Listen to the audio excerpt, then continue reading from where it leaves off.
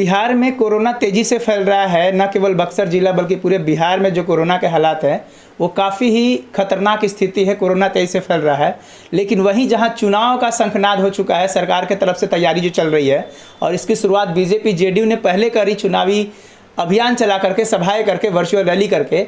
लेकिन उसके बाद देखा गया कि गठबंधन भी कहाँ पीछे रहने वाला था। गठबंधन के लोग भी तैयारी में हैं और आज हम लोग राजपुर क्षेत्र के इटाढ़ी जगह पे आए हैं, जहाँ पे रालोसपा के कार्यकर्ता बैठे हैं, मंथन कर रहे हैं। चूँकि पार्टियां हैं तो चुनाव लड़ेगी, उनकी अपनी तैयारी है, अपने दावे हैं। तो आइए हम बात करते हैं रालोसपा के इन कार्यकर्ताओं से, इन नेताओं से, और समझने की कोशिश करते हैं कि राजपुर विधानसभा में क्या हलचल है और यहाँ चुनावी रणनीति क्या चल रही है। रालोसपा की क्या तैयारी है? हम सबों के आदरणीय नेता उपेंद्र कुशवाहा जी ने अभी 3 फेज का वर्चुअल बैठक कर चुके हैं। राष्ट्रीय पदाधिकारीगण का, राष्ट्रीय कमेटी का और प्रदेश पदाधिकारियों के साथ, इसके बाद जिला अध्यक्षों के साथ, और चौथे चरण में बिहार के लगभग कईक विधानसभा में विधानसभा का भी पंचायत स्तर पर पंचायत अध्यक्षों के साथ बैठक कर चुके हैं। और उसी एक कड़ी में हम लोगों के बक्सर जिला भी पार्टी ने 3 विधानसभा में चुनाव लड़ने की तैयारी में जुटी हुई है और लगभग तैयारी पूरा भी हो चुका है।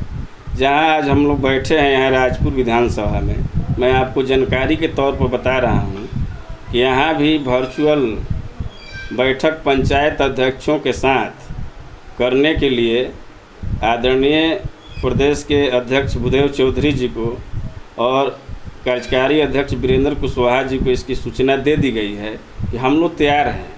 और हमें लगता है कि 2-4 दिन के अंदर में वहाँ से समय फिक्स हो जाए किस दिन को होना है।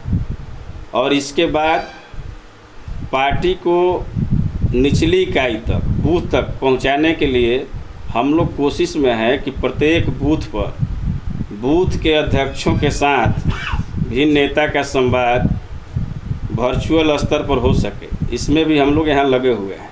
अब पार्टी के प्रदेश महासचिव हैं, तो आपको क्या लग रहा है कि जो गठबंधन है, जो आपका महागठबंधन है, उसको लेकर क्या रणनीति बन रही है? गठबंधन साथ चुनाव लड़ने वाली है या फिर आप लोग अलग चुनाव लड़ने वाले हैं? हम लोग महागठबंधन के साथ ही चुनाव लड़ने के लिए तैयार हैं। और ख़ासकर जो हमारे नेता आदरणीय उपेंद्र कुशवाहा जी हैं, आप लोग जानते हैं कि महागठबंधन को और मजबूती प्रदान करने के लिए अन्य पार्टी के नेताओं से भी वो बात कर रहे हैं। आपने इसका एक प्रमाण देखा होगा कुछ महीना पहले, जब हम लोग पटना के वो बाबू सभागार में महागठबंधन के नेताओं को एक मंच पर लाने का प्रयास किया था, जिसमें कम्युनिस्ट पार्टी के भी लोग आए थे। उस समय से लगातार जितने धर्मनिरपेक्ष पार्टियां हैं उसको एकत्र करने में आदरणीय उपेंद्र कुशवाहा जी अब तक से अहम भूमिका निभा रहे हैं बिहार की राजनीति में। और हमें आशा और विश्वास है कि आने वाला दिन में महागठबंधन और मजबूत होगा और मजबूती के साथ हम लोग महागठबंधन में चुनाव लड़ेंगे। राजपुर विधानसभा की क्या स्थिति है सर? देखिए, राजपुर विधानसभा अभी हमारे ज़िला में, बक्सर ज़िला में 4 विधानसभा है। बक्सर, ब्रह्मपुर, डुमरांव और राजपुर। राजपुर रिजर्व कंस्टिट्यूएंसी है। यहाँ अभी बिहार सरकार के कैबिनेट के मंत्री संतोष निराला जी हैं, लेकिन सच्चाई है कि इनके क्रियाकलाप से यहाँ की जनता ऊब चुकी है और यहाँ परिवर्तन के रूप में नया चेहरा देखना चाहती है। और पार्टी का प्रयास है कि आने वाले चुनाव में यदि आदरणीय उपेंद्र कुशवाहा जी की झोली में राजपुर का सीट जाता है तो निश्चित तौर पर हम लोग यहाँ चुनाव लड़ेंगे और उनको मात भी देंगे। इसके लिए हमारे लगातार जो भी कार्यकर्ता है, चाहे प्रखंड के कार्यकर्ता हो, पंचायत के कार्यकर्ता हो, या फिर इस विधानसभा में चाहे प्रदेश के रहने वाले कार्यकर्ता हो, सारे लोग लगे हुए हैं अपने मुहिम में। हम लोग लगातार दिन रात इस महामारी में भी आप देखे होंगे, कहीं भी कोई घटना होती है तो हमारे नेता पहुंच जाते हैं। हम लोग पहुंचने के प्रयास करते हैं, सुख दुख में शामिल होने के लिए हम लोग कोशिश कर रहे हैं। और पार्टी कैसे ग्रास रूट पर बढ़ेगी, निचली इकाई तक पार्टी का कैसे प्रसार होगा, इसमें भी हमारे कार्यकर्ता दिन रात किए हुए हैं।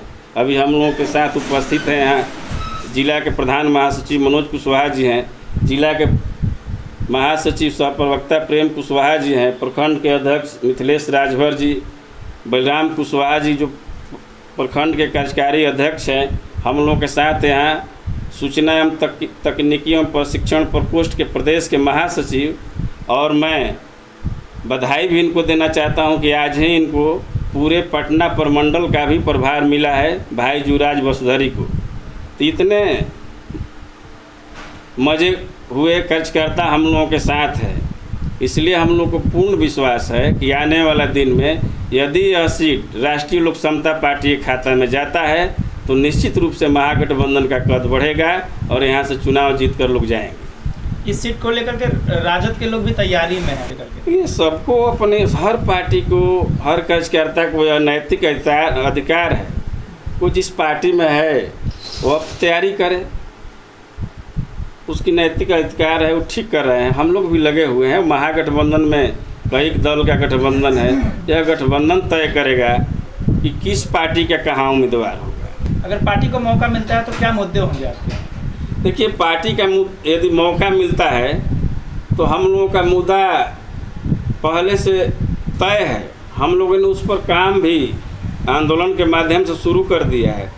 शिक्षा, पढ़ाई, कमाई, सिंचाई, दवाई, कार्रवाई और सुनवाई, यह जो हमारे मुद्दे हैं, इसी मुद्दा के साथ हम लोग चुनाव में जाएंगे और मुझे भरोसा है कि बिहार की जनता आदरणीय उपेंद्र कुशवाहा जी के नेतृत्व को समर्थन देगी और यहाँ सरकार बनवाएगी।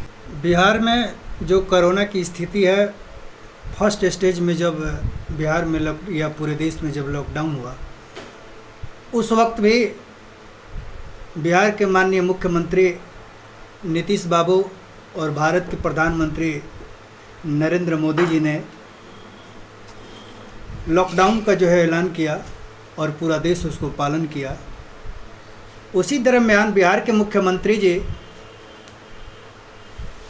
जब बढ़ता गया तो उनका बयान आता है कि हम जो है, हमारे यहाँ जो भी मजदूर हैं और यहाँ के जो प्रवासी जो मजदूर बाहर से जो हमारे बिहार में आते हैं, उस समय की वाकया है कि उन्होंने वक्तव्य दिया था